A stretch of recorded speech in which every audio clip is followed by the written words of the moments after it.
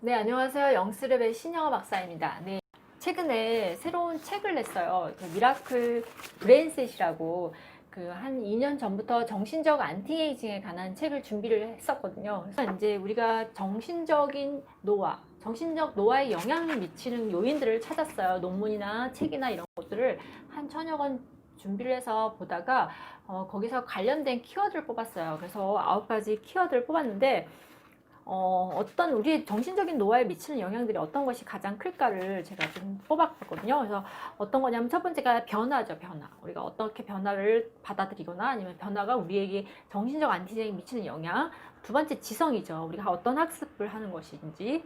그다음 세 번째 습관. 그다음에 네 번째가 관계. 우리 사회적 네트워크 관계고요. 다섯 번째가 유연성. 그다음에 유연성이라는 거는 어떤 우리 감정을 얘기하는 거거든요. 뭐 창의력이라든지 두려움, 우울감, 회복감, 호기심 같은 우리 감정이고요. 여섯 번째 에너지. 그다음 일곱 번째는 감정. 여덟 번째는 식이요법, 아홉 번째는 치매. 이렇게 해서 9가지 요소, 키워드, 중요한 키워드를 잡고 그 키워드에 관련된 하부 내용을 담았습니다. 인공지능 발달로 인해서 우리가 이제 100세 수명이란 말도 무색하고 이제 앞으로는 120세, 150세를 예측하는 학자들도 있습니다. 현대의학은 육체적 건강이나 수명 연장에만 초점이 맞춰져 있었어요. 그러나 우리가 물질적인 것보다 변하지 않는 정신 세계가 이제 앞으로는 더 중요한 기준이 될 겁니다. 그런 의미에서 이제는 정팅 에이징에 대한 자신의 평가와 준비가 필요한 시점입니다.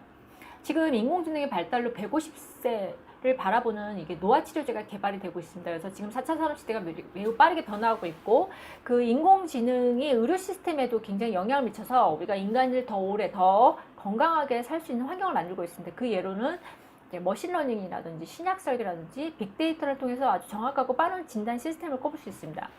보통 예전에 신약 개발을 하면 10년이라든지 그 다음에 시간도 그렇지만 천문학적인 돈이 들었거든요. 근데 요즘엔 첨단 인공지능을 이용해서 예전에 5,000명이 하던 일을 단 50명이 하고 또 굉장히 인공지능으로 정확하게 만들어진 분자들을 조합을 해서 100% 약효를 내는 신약을 단 4주 만에 개발에 성공을 했습니다.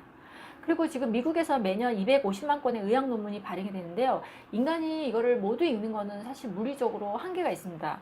하지만 이 IBM의 왓슨에게 논문을 읽히고 있는데요. 불과 1년 만에 이 왓슨 시스템은 이 폐암 환자들의 90%의 정확도로 진단하는 데 성공을 했습니다. 근데 반면에 인간들은 아직도 50%의 성공률에 비교하면 굉장히 높은 수치를 할 수 있습니다. 또 여러분들 앨런 머스크 아시죠? 앨런 머스크가 2016년에 인간의 뇌에다 인공지능을 직접 접속시키는 것을 목표로 그 새로운 스타트업 뉴럴링크를 설립했는데요. 인간의 뇌에다가 작은 입자를 심어가지고 그 신경회로를 통해서 그 정보를 우리 실리콘 하드웨어나 인터넷에 연결하려고 하는 시도죠. 그리고 또 다른 연구로는 인공뇌 연구도 성공했습니다. 2018년도 캘리포니아 대학과 하버드 대학에서 이 미숙아 수준의 미니 뇌를 개발을 하는데 성공했습니다. 이제 이 뇌는 인간처럼 의식을 하거나 사고하는 뇌는 아니고요. 그러니까 그 미니 뇌를 제작해서 우리가 뇌전증 환자나 조현병 환자들의 정신질환의 치료와 그다음에 알츠하이머나 다운증후군을 연구하는 데 도움을 줄 수 있을 거로 기대를 하고 있습니다. 그뿐만 아니라 지금 이제 노화도 질병이라고 얘기를 하고 있어요. 미국에서 미국 메이오 클리닉에서 발표한 논문에 의하면 노화된 세포가 몸 전체에 미치는 독성이 매우 강력한데 이 노화되면서 조직이나 세포도 노화가 되거든요. 근데 그 중에서 7천에서 15,000개의 세포 중에서 단 하나의 세포, 노화된 세포가 퇴행성 노화를 일으킨다는 거죠. 그리고 이 노화된 세포가 노화를 촉진하는 독성을 가지고서 정상적인 세포까지 독성을 전달해서 병리적 이상을 유발하고 만성질환과 조기 사망을 이르게 한다고 하고 있습니다. 그래서 이제는 노화가 정상적인 인체 발달, 우리가 생애 주기의 발달 단계가 아니라 노화도 질병이라고 간주하고 있고 노화를 적극적으로 치료하기 위해서 이 노화 세포를 죽이는 안티에이징 약품을 미국에서 개발을 해서 인체 실험 허가를 받았습니다.